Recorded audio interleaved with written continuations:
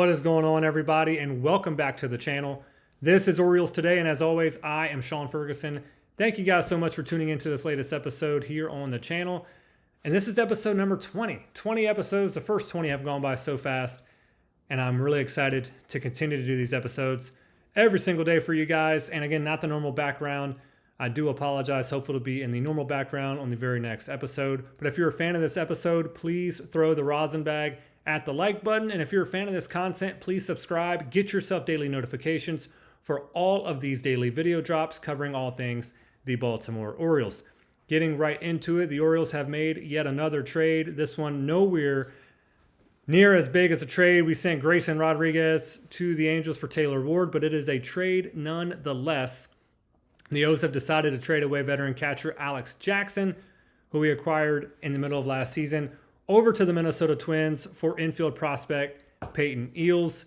And very good move, as the Orioles really don't have much need for Jackson, as they have Rutschman and Basayo. Hopefully the injuries are not what they were last year.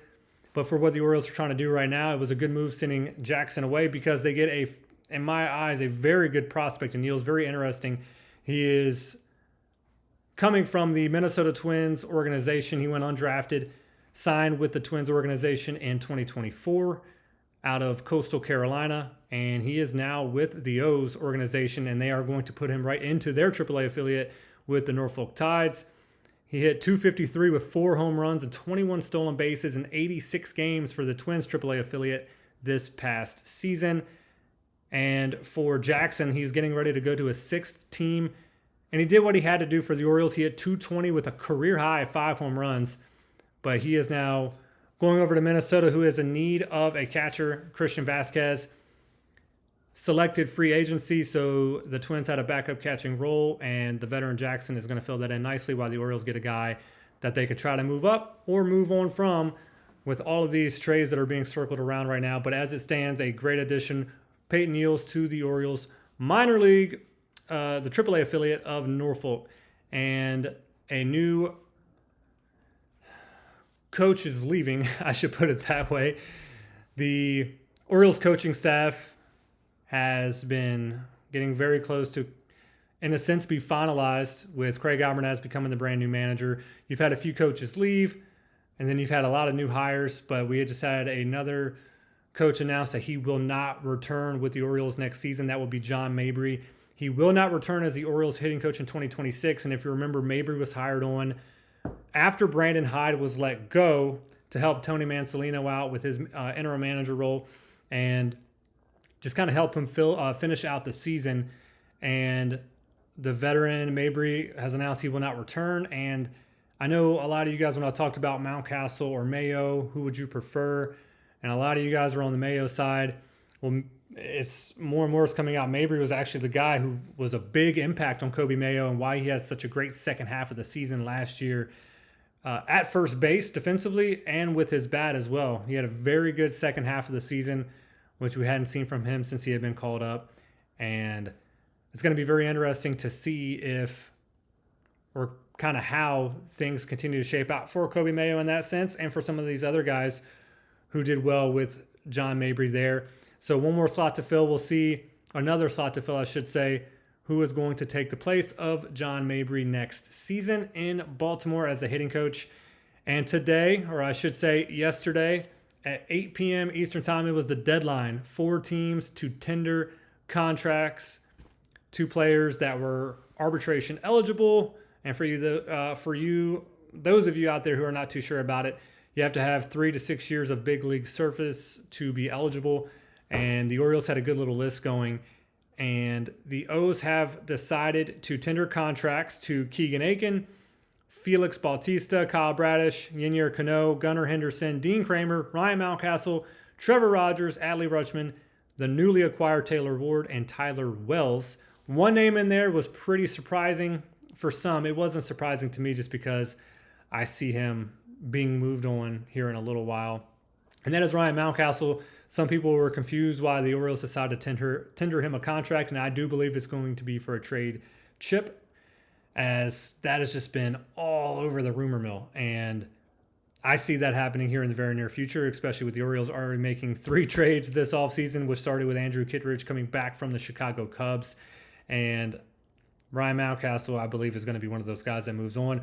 One guy who was not tendered a contract was the veteran Albert Suarez, which means he will now become a free agent. Suarez was a great story a couple of seasons ago, but he was injury riddled just like pretty much everyone else last season. So Suarez was not tendered. He is a free agent.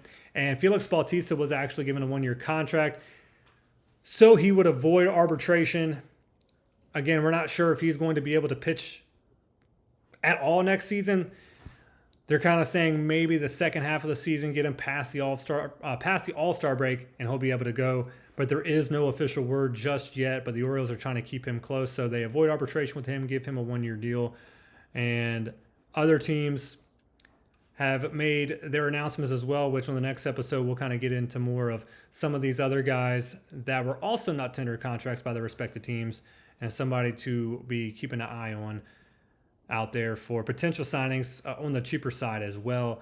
And after the big trade of acquiring Taylor Ward, I was very surprised to see a few names still being linked to the Orioles potentially going after, even though they got an outfield bat in Taylor Ward, a guy who, again, doesn't have the greatest batting average in his career or this past season, but the power that he's been able to produce the last couple seasons, including last year, with a career high 36 home runs, that little stat alone, that just can't be ignored.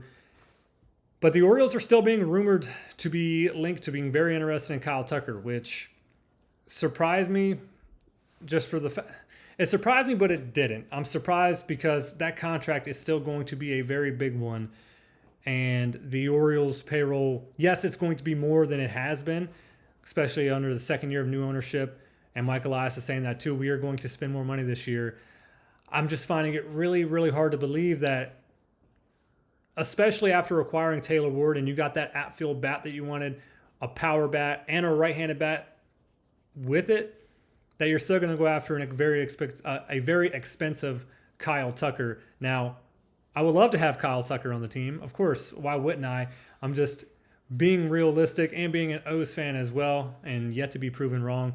I find it really hard to believe that they will go out and make that deal for him. The outfield is absolutely loaded right now. So unless they also make a trade for a pitcher, which there's a few names out there that I would love to see them go get, and they will have to go get via trade because they're still under contract with their teams, I just don't see a big name free agent outfielder coming in.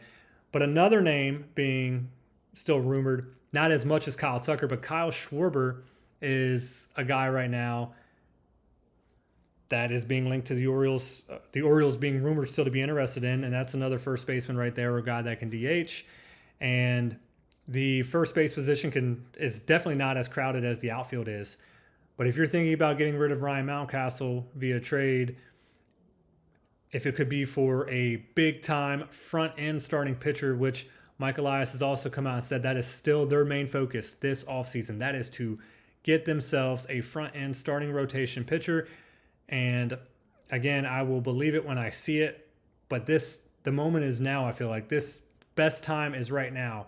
Coming off of this bounce-back season, 12 games below 500 last year, you definitely have holes to fill. Starting pitching is one.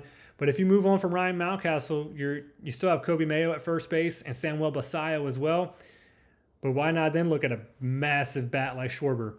He won't be as expensive as the others. He'll still be very pricey, but not as the others. And he's starting to get up there in age as well. So you don't have to offer him as long of a deal. But again, we're still talking about a lot of money going out the door for that position. So I see more of an infield big purchase than an outfield big purchase just because of us just acquiring Taylor Ward. And when it comes to trades, I see it being for starting pitching and back end as well. I still think they'll go out and sign themselves a closing pitcher because they're not satisfied with where Felix Bautista is right now for the 2026 season. Pete Fairbanks would be an amazing sign. We will see. But again, I'm predicting a trade for a big starting pitcher name, They could still sign starting pitching from free agency, but when it comes to a bigger name, I think it's going to be via a trade, and still look for an infield bat when it comes to a big free agent splash signing for the Orioles this offseason. Again, thank you guys so much for tuning in to episode number 20. Again, sorry about the backdrop. I am hopeful to be in my normal location on the very next episode. And if you were a fan of this episode, please throw the rosin bag at the like button. And if you're a fan of this content, please subscribe.